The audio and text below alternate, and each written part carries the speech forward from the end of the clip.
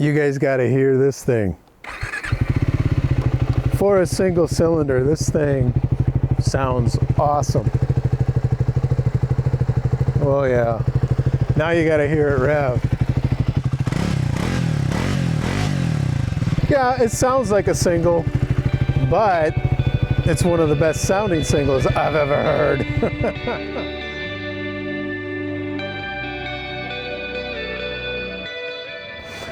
Hi guys, Nothing to Prove here. Today is a beautiful day and the sun is out. And it's a little cold, but I don't care. And any day one can be out on two wheels is a beautiful day. And if I'm on a bike that I like, I'm really giggly and happy, and you can tell I am. Triumph has decided to enter into the lightweight or beginner group area or small CC motorcycle arena because they want a piece of that southeastern Asian pie. This bike is made with their partner in India, and already they started selling this last summer in July in India, and they've already sold over 12,000 of these since they launched, and they are trying to keep up with deliveries. But long story short, first time Triumph has ever made a bike this small. Yeah, loving it so far. Excellent. All new frame, all new chassis, all new motor, all new powertrain, transmission, and the exhaust note on here is good, as you could tell, you heard in the intro. I'm loving this exhaust note for a thumper, for a single. It's excellent. Now there's two versions of this. You can see here, this is the Speed, and there's also the Scrambler X. Say, what's the difference between the two bikes? Well, I did a little chart for you guys. You could see that between the Speed and the Scrambler, the power's the same, the torque's the same, the tank's the same.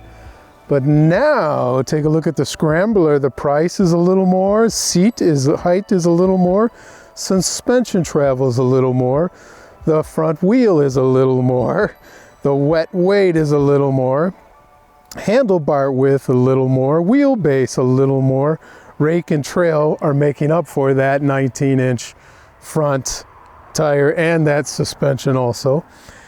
And then look at the last thing there. The sprocket on the Scrambler is 1 tooth less at 14. So they want to give it a little more grunt down low, but they're sacrificing the top end of the Scrambler.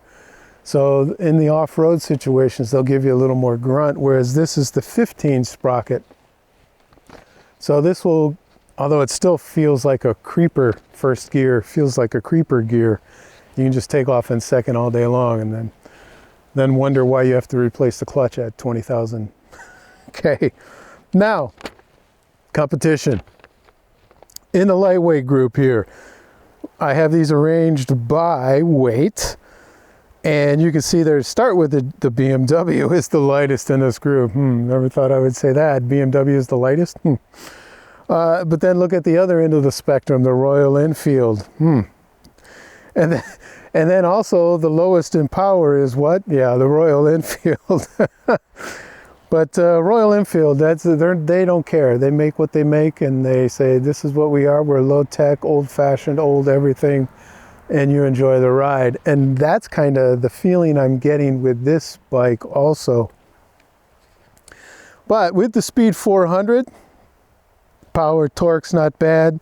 Engine size, it's right there, right below 400 cc. The price, again, not bad. And tree hugger friendly. And also fuel efficient. It's not bad. It's keeping right up with all of them except for, yeah, the Royal Enfield. Of course, with that much power, they should be saving on fuel, right? And then you go all the way down to the theoretical range to empty, but you really don't care about a bike like this, theoretical range to empty, do you? Now, those are the numbers, and you say, you know what, Scott, I don't really care about numbers. How does this bike feel on the street? Yeah, there's nobody behind me. Let's run through the gears like a normal person, shall we? Okay, full stop. This first gear is a creeper gear. Yeah, now I'm shifting. 2, 3, 4, 5, 6. Oh, that torque is nice at 4,000. That's... Cannot complain about a thumper that's as good as this. I won't complain about this powertrain. This Triumph, you nailed it. No ifs, ands, or buts about it. Yeah, it's only 40 ponies, so yeah, it's nothing that's going to, you know, jerk your arms out of their sockets, that's for sure. But nice, smooth shifting, totally controllable, and you guys can see me. I cannot complain. I will not complain about this. The vibration is a little bit in the right foot peg, but not in the other. The hands, no. The left foot, no. Just a little bit in the right. But other than that, you know, at this speed, what am I doing? 70, so 45 miles an hour in 6th gear. Perfect. Cannot complain. 2 thumbs way up for this powertrain. Boom, boom. All right, let's take this on the highway, shall we? Let's see where the vibration already at 90, and the off for both feet, both hands. Oh yeah, let's get her up to 120. There we go. We're spinning at 7,000 RPMs and 120. There we go, 7,000. And yeah, heavy vibration in the right foot, a little less in the left, but both hands. Wow, short jaunts on the highway for sure. Shall we see how fast this thing can go? Let's try it. Let's roll on. Let's see what she says. Look at 150, 160, 160. It's a little engine that could. She's doing 165. Come on, baby, go. She's going. She's doing it. No, I think that's it, guys. That's all. That's all she can do. Let's slow down. Okay. I wanted to see how fast 40 ponies could push us. Oh, the vibration and the wind. Of course, it's a naked. It's terrible. Ah. Oh, I gotta get off the highway here. I can't take this anymore. Oh, my butt is numb from the vibration. Although even at this speed, the vibration in the butt is... Yeah, this is definitely, you know, to do 5 minutes on the Autobahn is fine, you know, but any longer than 10-15 minutes, you're gonna regret it. Oh, my hands are numb. Coming up to the non-adjustable suspension here, front forks, 43 mil diameter here and 140 mils of travel, and they have 310 single disc, 300 mil disc, and by Brie radial mount though. That's always a plus. On a bike that costs less than $6,000, actually less than $5.5 grand, to get a radial mount single. And then back here, you got a by Brie here, single piston on a 230 disc. Now, how is this suspension? Oh yeah, you need a wrench to adjust right here, the preload. So the only thing you can adjust on this is the preload with this suspension, with the 17 and 17 inch wheels. And look at what's on here. Yeah, they put Diablo Rosso on here. The threes. I'm like, on an entry-level bike, hey, handles excellent though. That's probably one of the reasons why this bike handles so well. Now let's take a look on the street.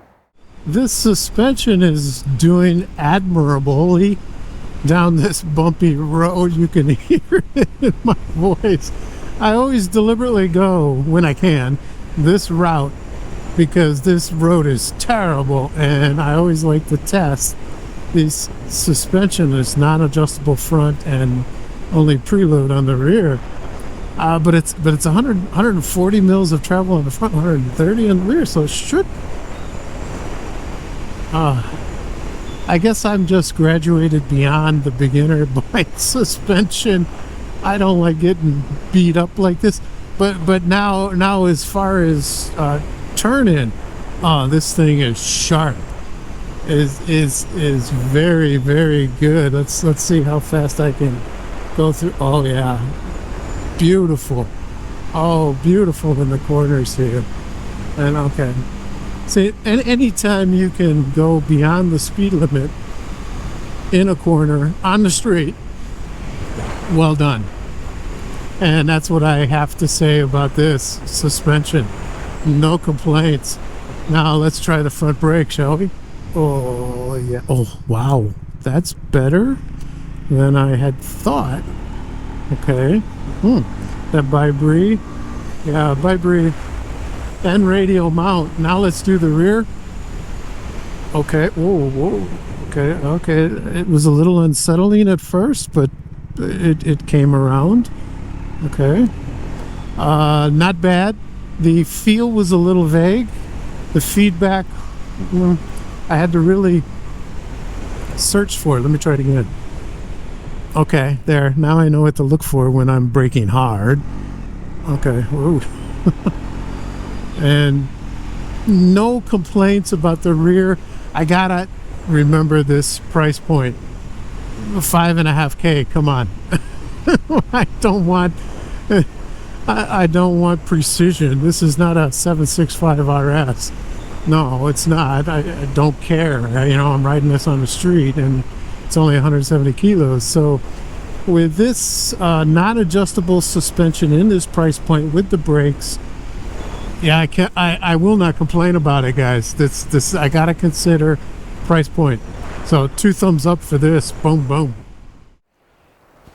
The rest of the bike here, I'm liking the look of this subframe, and it's, yes, bolted on.